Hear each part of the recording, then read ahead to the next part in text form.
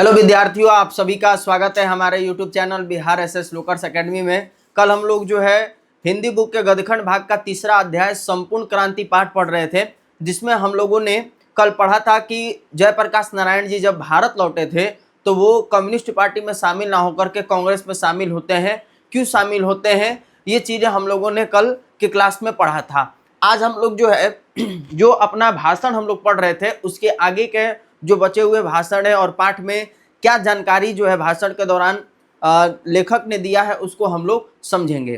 तो कहा जा रहा है आगे कि पहली बात जो मैंने नोट की है कि आपसे कहने के लिए वह इस सरकार के बारे में, मतलब जयप्रकाश नारायण जी जब भारत लौट आते हैं और वो कांग्रेस में शामिल हो जाते हैं तो वो बताते हैं कि भाषण के दौरान कि पहली बात मैंने जो नोट की वो किसके लिए नोट किए हैं उन्होंने, तो उन्होंने बताया कि आपसे कहने के लिए कि इस सरकार के बारे में, यानी उस समय जो वर्तमान में सरकारी व्यवस्था जो थी चल रही थी उसके बारे में जनता को लेखक जो है बता रहे हैं। और कहते हैं कि आज से 3 दिन पहले, क्या कहते हैं, आज से 3 दिन पहले गफूर साहब मिलने आए थे, बहुत प्रेम से मेरे से मिले थे। उसके बाद कहते हैं कि उसके 2 दिन बाद चंद्रशेखर बाबू मिलने आए, बहुत प्रेम से मिले, लेकिन प्रधानमंत्री से लेकर दीक्षित जी से नीचे सब मुझे डेमोक्रेसी का सबक सिखाते हैं।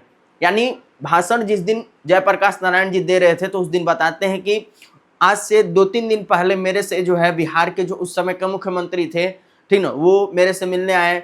मुख्यमंत्री से लेकर के जो प्रधानमंत्री दीक्षित जी, हर जितने भी नीचे पद के लोग थे वो सभी लोग मेरे से मिले और मुझे डेमोक्रेसी यानी लोकतंत्र के बारे में जो है ना बताने आए थे कि डेमोक्रेसी में ये नहीं करना चाहिए, इस तरीके से काम करो, यानी मुझे लोकतंत्र की शिक्षा देने के लिए लोग आए थे।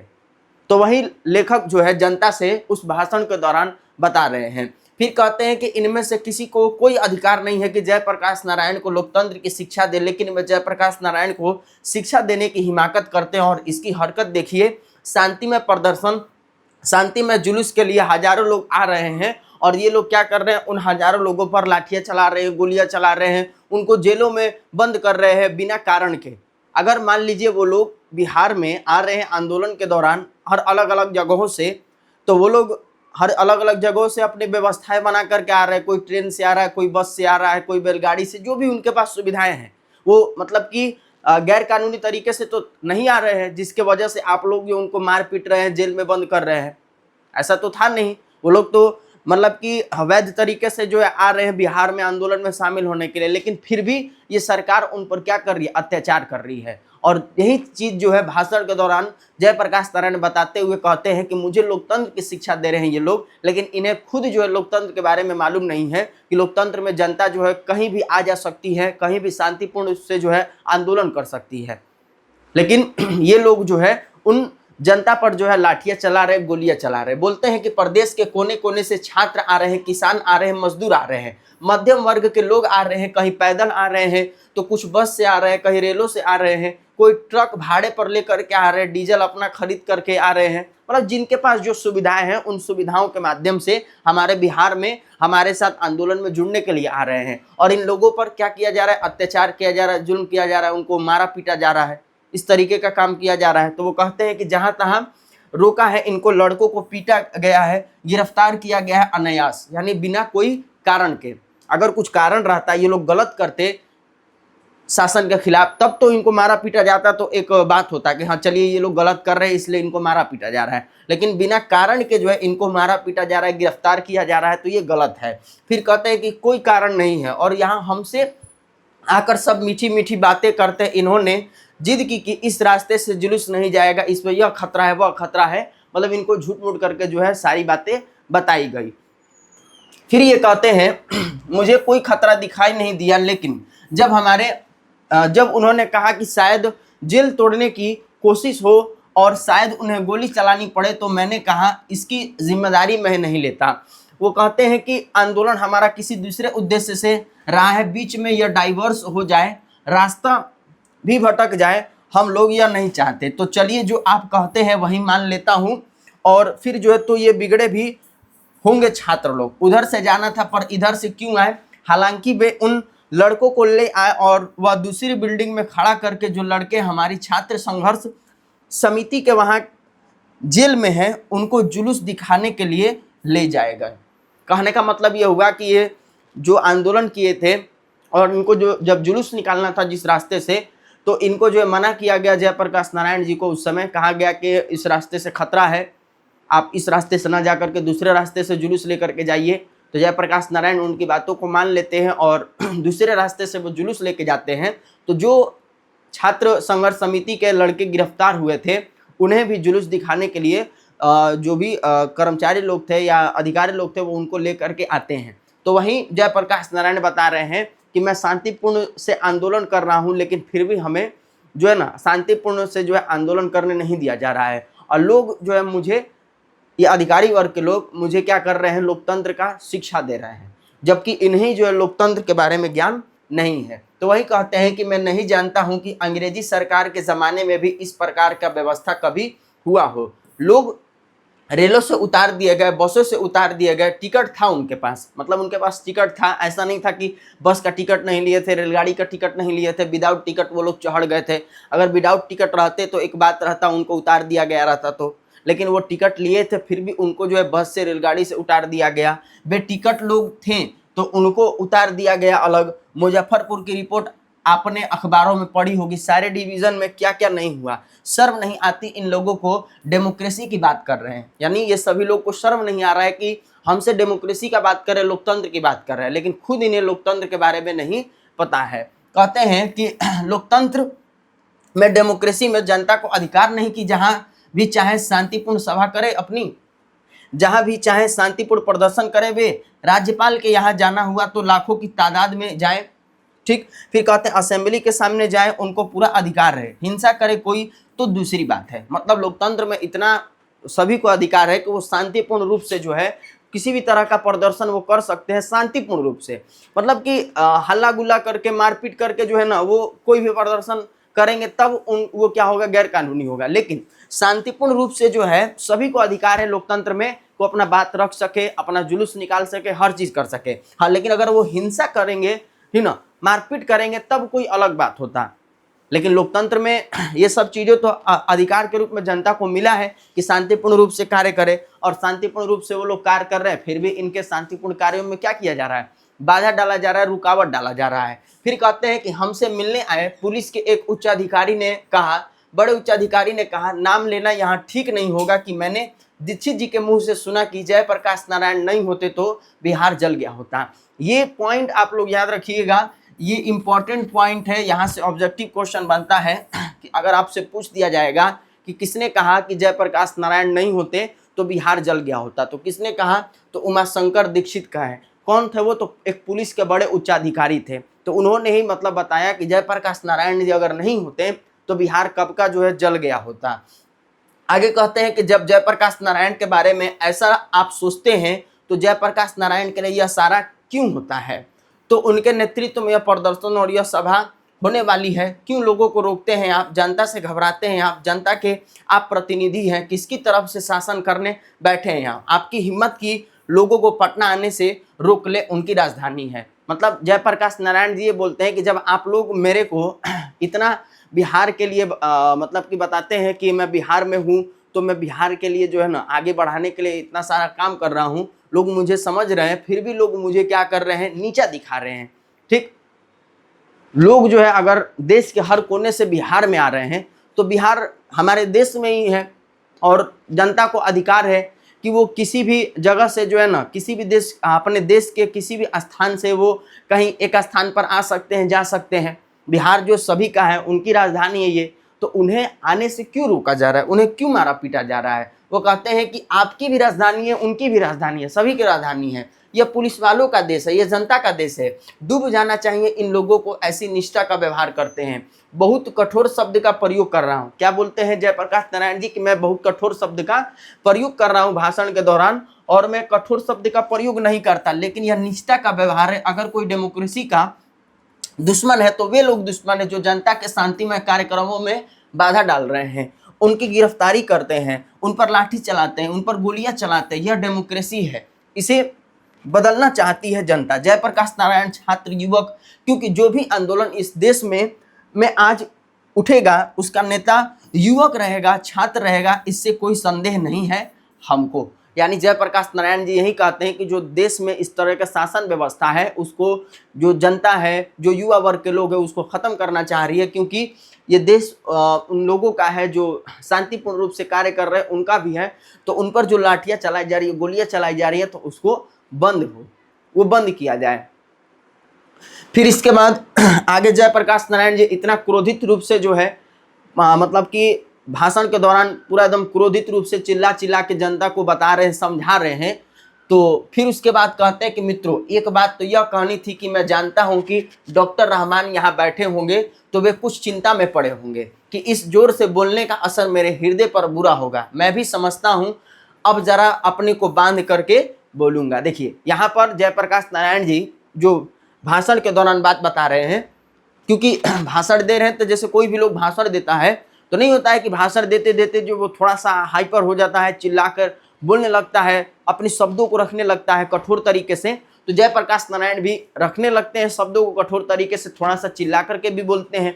तो उनको ये जहन में या असर ये मतलब वो सोचते हैं कि उनके जो डॉक्टर हैं, जो उनका देखरेख करते हैं डॉक्टर रहमान, तो उनके बारे में भी ये सोचते हैं कि डॉक्टर साहब यहाँ बैठ करके मेरा भाषण सुन रहे होंगे तो वो चिंतित में होंगे, चिंता में होंगे कि कहीं मैं जोर जोर से बोल रहा हूँ तो उसका बुरा असर मेरे हृदय पर ना पड़े।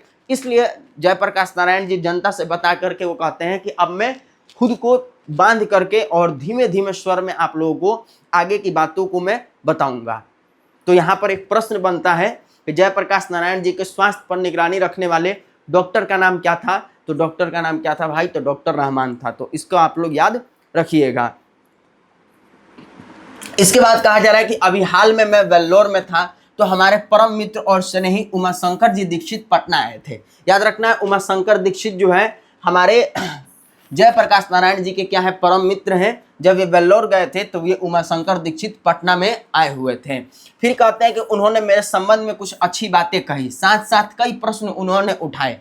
मेरा उनका बहुत पुराना संबंध है। 32-33 का आंदोलन जो चला था, यानी 1932-33 में जो आंदोलन हुआ था, ठीक, उस आंदोलन के दौरान जो है ये उमाशंकर दीक्षित अंडरग्राउंड बम्बई में वह रहते थे और अंडरग्राउंड नेता थे। कौन? उमाशंकर दीक्षित। उमाशंकर दीक्षित को बता रहे हैं कि उमाशंकर दीक्षित जो थे जयप्रकाश नारायण के परम मित्र थे और ये बम्बई में 1932-33 के आंदोलन के दौरान अंडरग्राउंड रूप से जो है ना रहते थे और अंडरग्राउंड नेता के रूप में ये काम कर रहे थे। और सदानंद जी ने फ्री प्रेस के मालिक भी थे, उनकी स्थापना की थी उन्होंने और उनको ब्रेन ऑफ बॉम्बे कहा जाता है। याद रखना है, ध्यान देना यहाँ पर, अगर आपसे पूछ देगा कि फ्री प्रेस के मालिक कौन थे, तो फ्री प्रेस के मालिक कौन थे भाई? सदानंद जी। तो बताया जा रहा है कि अंडरग्राउंड नेता कौन थे? अंडरग्राउंड नेता बम्बई के उमाशंकर दीक्षित थे। और आगे कहा जा रहा है कि और सदानंद जी ने जो फ्री प्रेस के मालिक भी थे उसकी स्थापना की थी उन्होंने और उनको ब्रेन ऑफ बॉम्बे कहा जाता था। मुझे भी कोई बड़ी पदवी भी दी गई थी। ब्रेन ऑफ बॉम्बे के नाम से किसे जाना जाता था भाई? तो याद रखना उमाशंकर दीक्षित को। अब ये नहीं समझना है आप लोगों को कि सदानंद जी को कहा जाता है। यहाँ दो ऑब्जेक्टिव बन रहा है। एक याद रखना है आप लोगों को कि अगर पूछ देगा कि फ्री प्रेस के मालिक कौन थे, तो फ्री प्रेस के मालिक सदानंद जी थे। और अगर पूछ देगा आपसे कि ब्रेन ऑफ बॉम्बे के नाम से किसे जाना जाता है, तो उमाशंकर दीक्षित को जाना जाता है। ठीक, तो वही जयप्रकाश नारायण बता रहे हैं कि ब्रेन ऑफ बॉम्बे के नाम से जो है ना उमाशंकर दीक्षित को जाना जाता था, इन्हें उपाधि मिला। और कहते हैं कि मुझे भी कोई बड़ी पदवी दी थी, पर मैं अपनी प्रशंसा नहीं करूंगा, मैं अपने पद को, अपने बारे में मैं नहीं बताऊंगा। ये जयप्रकाश नारायण बोल रहे हैं, मैं अपना प्रशंसा यहाँ पर नहीं करने वाला हूँ। फिर कहते हैं कि उस समय दीक्षित जी से हमारा परिचय और हमारी घनिष्ठता मित्रता हुई। और आगे कहते हैं कि और अंडरग्राउंड जमाने की जो मित्रता होती है वह ठोस होती है, चाहे हम कहीं रहे, वह कहीं रहे, या मतलब कि कहीं भी हम रहे, किसी भी कोने में रहे देश के, हम घनिष्ठ रूप से एक रहेंगे, एकजुट रहेंगे। तो ये हमारी मित्रता जो है इस तरीके से होती थी। उसके बाद हम एक दूसरे के मित्र आज तक बने हुए हैं। फिर आगे बताते हैं कुछ ऐसे मित्र भी हैं जिनके भाव अच्छे हैं। हमारे पुराने मित्र जो सोशलिस्ट पार्टी में थे या जो नहीं भी थे, चाहते हैं कि जयप्रकाश नारायण और इंदिरा, ठीक ना, इंदिरा जी में कुछ मेल मिलाप हो। तो मित्रों, मेरा किसी व्यक्ति से झगड़ा नहीं है, किसी व्यक्ति से झगड़ा नहीं है, चाहे वो इंदिरा जी ही हो या कोई और हो। यानी यहाँ पर जयप्रकाश नारायण जी ये भी बताते हैं कि जैसे उमाशंकर दीक्षित मेरे मित्र हैं, वैसे ही मेरे और भी कई सारे मित्र हैं, और वो लोग जो है मुझे बताते हैं, मुझे कहते हैं कि आप जो है इंदिरा जी से जो मतलब कि मतभेद किए हैं, तो उनसे आप क्या कर लीजिए, मेल मिलाप कर लीजिए।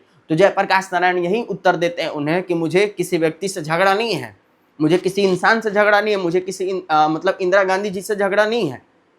मुझे झगड़ा किससे है, तो नीतियों से झगड़ा है, सिद्धांतों से झगड़ा है। यानी जो पॉलिसी, जो प्रिंसिपल गलत है, जो नीति, जो सिद्धांत वो गलत बना रहे हैं, उसके खिलाफ मैं आवाज उठाऊंगा, उसके खिलाफ मैं जो है ना झगड़ा करूंगा। ऐसा नहीं है कि मैं इन व्यक्तियों से, इन लोगों से झगड़ा कर रहा हूं जो पार्टी में है, जो सरकार जो बनी हुई है, जो देश को चला रही है, उनसे मुझे झगड़ा नहीं है। तो वही कह रहा है कि हमें तो नीतियों से झगड़ा है, सिद्धांतों से झगड़ा है, कार्यों से झगड़ा है। जो कार्य गलत होंगे, जो नीति गलत होंगी, जो सिद्धांत प्रिंसिपल गलत होंगे, जो पॉलिसी गलत होगी, चाहे वह कोई भी कर रहे हो, मैं विरोध करूंगा अपनी अकल के मुताबिक। यानी वो बोलते हैं कि मेरे पास जो अकल है, मेरे पास जो ज्ञान है, उसके अनुसार अगर कोई नीति, कोई सिद्धांत गलत बना रहा है तो मैं अपने अनुसार उसका विरोध करूंगा, चाहे वो कोई भी हो, चाहे मेरा कोई अपना ही क्यों ना हो। अगर वो गलत कर रहा है तो मैं उसका विरोध करूंगा। तो वही चीज अपने मित्रों को जयप्रकाश नारायण बता रहे हैं कि मुझे किसी से झगड़ा नहीं है, मुझे उनके बनाए हुए सिद्धांत और नीतियों से झगड़ा है।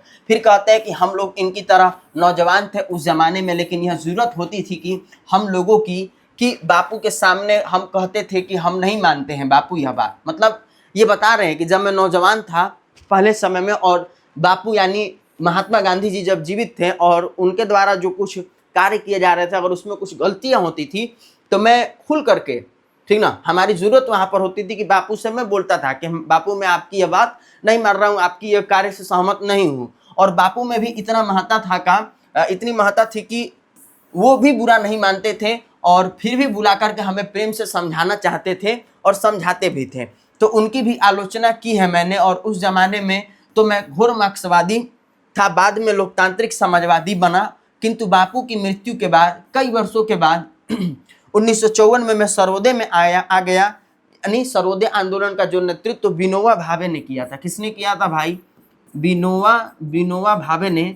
तो सर्वोदय में मैं आ गया कब? 1954 में। और जवाहरलाल नेहरू जी थे, एक बड़े भाई थे, मैं उनको भाई कहता ही था। यानी यहाँ पर जयप्रकाश नारायण भाषण के दौरान अपना ये भी पहले के घटना के बारे में बता रहे हैं अपने मित्रों से, जनता से।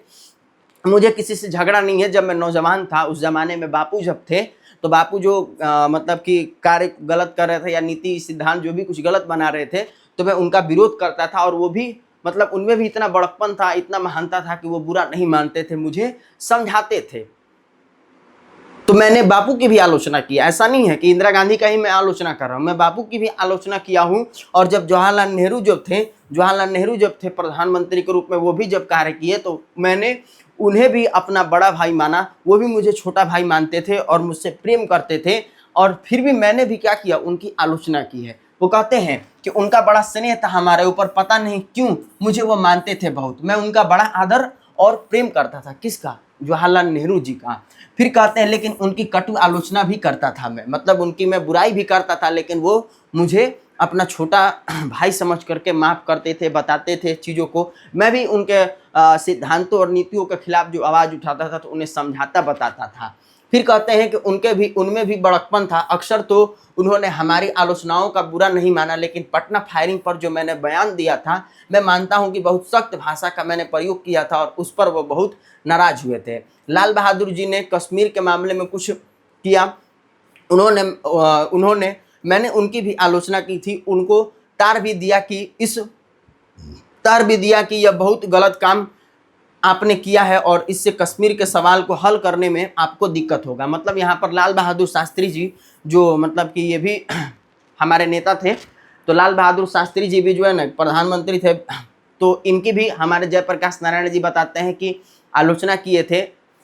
इन्हें भी जो कश्मीर के मुद्दे पर जो है, कश्मीर में जो सवाल मतलब जो कश्मीर का मुद्दा हुआ था, उस पर भी जो ये अपना नीति सिद्धांत जो भी बनाए थे, उस पर भी इन्होंने आवाज़ उठाया, उसको गलत ठहराया। लेकिन वो लोग इनकी बात नहीं माने और कहते हैं कि थोड़े दिनों में 18 महीने में वो चल बसे, देश का दुर्भाग्य है। मतलब ताशकंद समझौता जब हुआ था 1966 ईस्वी में, ठीक ना, 1966 ईस्वी में जब ताशकंद समझौता हुआ था, शायद 10 जनवरी को ताशकंद समझौता हुआ और 11 जनवरी 1966 को जो है हमारे लाल बहादुर शास्त्री जी का उसके जस्ट एक दिन बाद क्या होता है, निधन हो जाता है। तो वही बता रहे हैं कि जस्ट 18 महीने के बाद, मतलब उस समय जब कश्मीर समझौता हुआ, तो उस समय जब लाल बहादुर शास्त्री थे, कश्मीर के मामले में जो उन्होंने बयान दिया वो बयान सही नहीं था। तो बताते हैं कि 18 महीने बाद वो चल बसे, देश का दुर्भाग्य है। फिर बताते हैं कि इंदिरा जी से जो मेरे मतभेद है, वह जवाहरलाल नेहरू जी के साथ जो मतभेद थे उनसे कहीं ज़्यादा गंभीर और सीरियस है। मतलब इंदिरा गांधी जी का वो मतभेद बता रहे हैं कि इंदिरा गांधी जी से जो मेरा मतभेद है, ठीक, और जवाहरलाल नेहरू जी के साथ जो मेरा मतभेद है उससे कहीं ज़्यादा गंभीर जो है और सीरियस है। जवाहरलाल नेहरू जी से तो परराष्ट्र नीतियों के संबंध में मतभेद है, स्वराष्ट्र के संबंध में अधिक उनसे हमारा मतभेद नहीं था।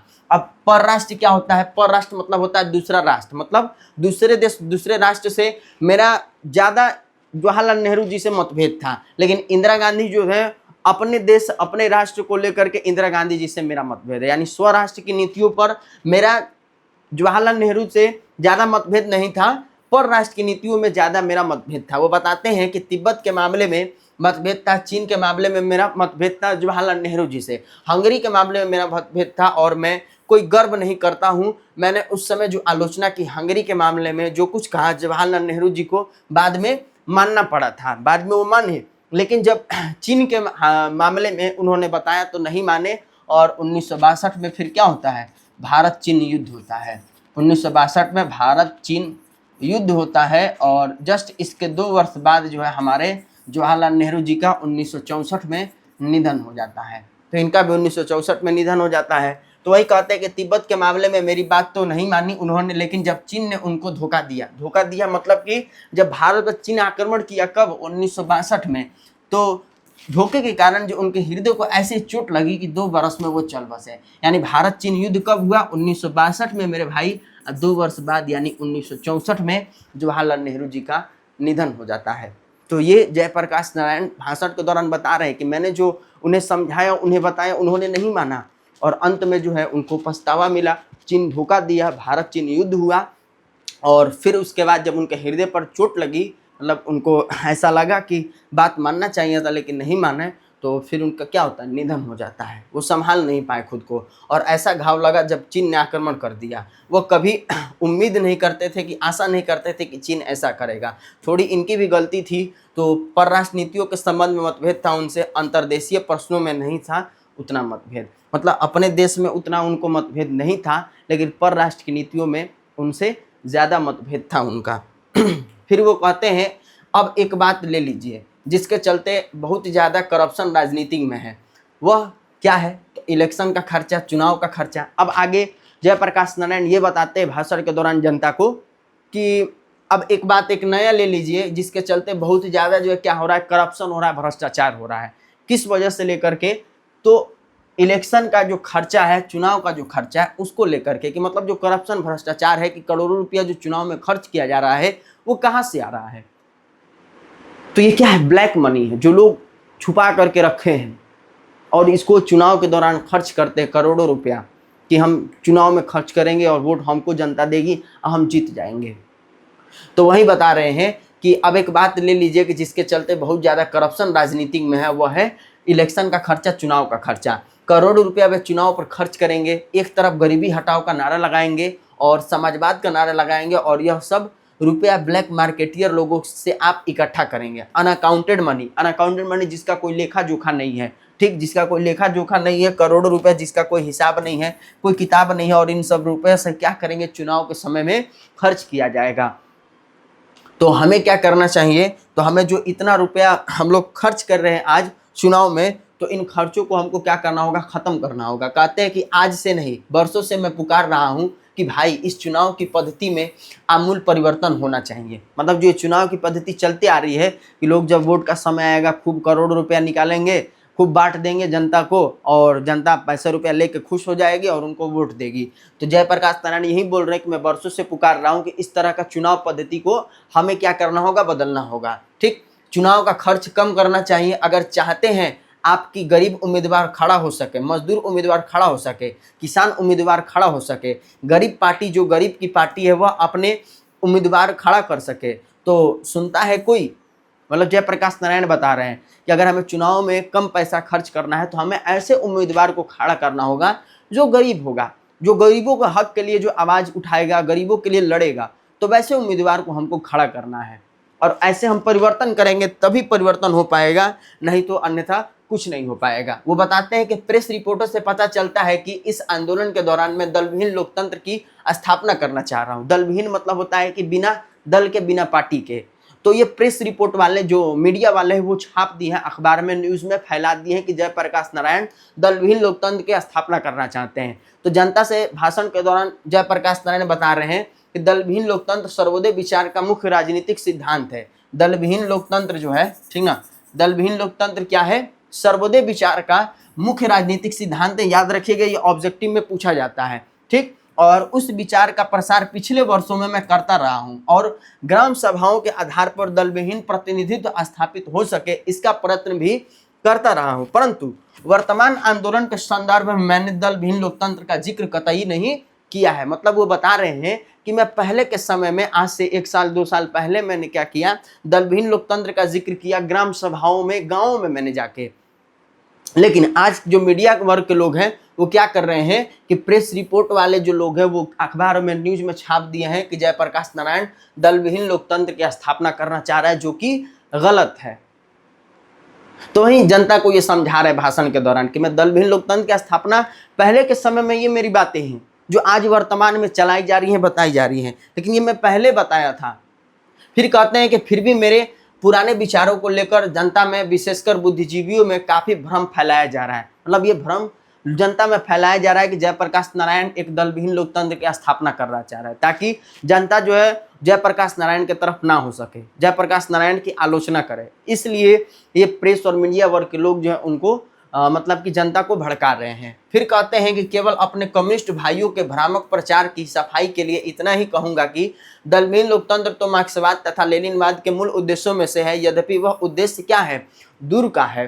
फिर कहते हैं कि मार्क्सवाद के अनुसार समाज जैसे जैसे साम्यवाद की ओर बढ़ता जाएगा वैसे वैसे राज्य स्टेट का क्षय होता जाएगा और अंत में एक स्टेटलेस सोसाइटी कायम होगी और वह समाज अवश्य ही लोकतांत्रिक होगा, बल्कि उसकी समाज में लोकतंत्र का सच्चा स्वरूप प्रकट होगा और वह लोकतंत्र निश्चय ही क्या होगा? दलविहीन होगा। फिर कहते हैं कि जब स्टेटलेस सोसाइटी यानी कि मतलब कोई स्टेट, मतलब कोई राज्य ना हो, बिना राज्य के जो है ना एक सोसाइटी बने, ठीक। फिर कहते हैं कि शासन मुक्त समाज बनता जाता हो तो वह शायद ही दल युक्त होगा और आश्चर्य है कि कम्युनिस्ट बंधुओं को अपने इस मूल सिद्धांत का विस्मरण हो गया है। फिर आगे क्या बताते हैं? आगे हम लोग देखते हैं, कहते हैं कि जहां तक वर्तमान आंदोलन का प्रश्न है कि मेरी या अन्य किसी छात्रों की, न विपक्षी राजनीतिक दलों की, न सर्वोदय सेवकों की यह कल्पना है कि इसमें से दलविहीन लोकतंत्र पैदा होगा, विधानसभा का विघटन हो जाएगा तो 6 महीने या वर्ष भर में फिर चुनाव होंगे जो वर्तमान कानून या चुनाव प्रणाली के अनुसार होंगे। तो आज हम लोग जो है इस भाषण में जो संपूर्ण क्रांति पाठ है यहीं तक हम लोग जो आज पढ़ेंगे। बाकी के कुछ और इसमें जो हम लोग भाषण पढ़ रहे हैं, जो पाठ पढ़ रहे हैं, उसमें पॉइंट बचे हुए तो उसको हम लोग कल के क्लास में करेंगे और साथ ही साथ ऑब्जेक्टिव और सब्जेक्टिव क्वेश्चन भी हम लोग कल के क्लास में करेंगे। तो कल के क्लास में आप लोग जुड़ना नहीं भूलिएगा और इस सेशन को ज़्यादा से ज़्यादा अपने दोस्तों में शेयर कर दीजिएगा। जो विद्यार्थी नए होंगे हमारे चैनल को ज़रूर सब्सक्राइब कर लेंगे, बेल आइकन को प्रेस कर देंगे ताकि हमारे नए क्लासेज का अपडेट आप लोगों तक पहले मिलते रहे। धन्यवाद।